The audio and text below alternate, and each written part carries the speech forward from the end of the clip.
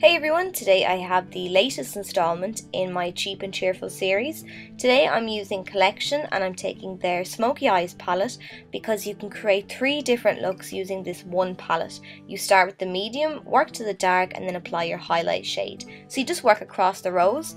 The first look I've created is this really nice silver and black smoky eye. The second look I created with the palette is a bit more wearable and it is a brown and kind of goldy smoky eye.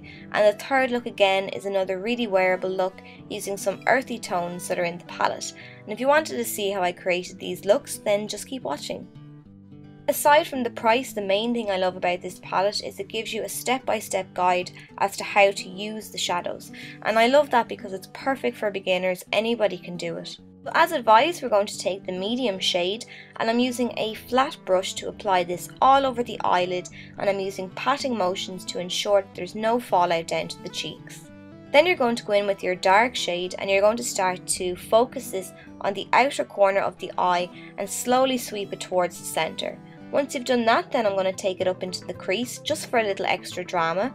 And then you're going to want to take your blending brush. So I'm just using a fluffy blending brush and I'm running it along the edges of the eyeshadow to ensure that it's softly blended out. With blending you can lose some of the intensity of the shadow, so just go back in, reapply and reblend.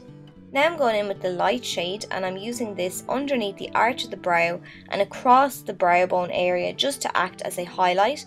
If you blended your shadow up too high, you can actually use this as an eraser. And then I'm going to add some more drama to the look by smoking that dark shadow along the lower lash line.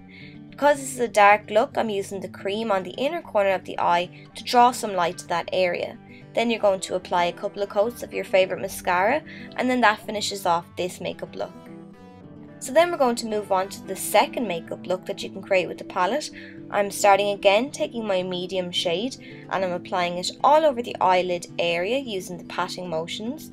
Then I'm going in with the dark shade, which is a nice kind of chocolatey brown with some shimmer in it, and I'm just applying this on the outer portion of the eye, and then I'm going to start to sweep the colour up into the crease.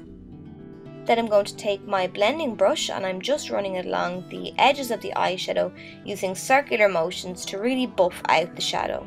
Now we're going in with our light shade to highlight the brow bone area. This is my favourite in the palette. It's a really nice pink kind of pearlescent shade. It's really flattering.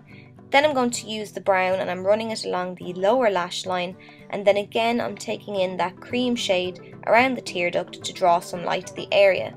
Once you've applied your mascara, that's the second look finished, and now we're going to move on to the third. Now we're going to move on to the final look. The second and third look are slightly similar.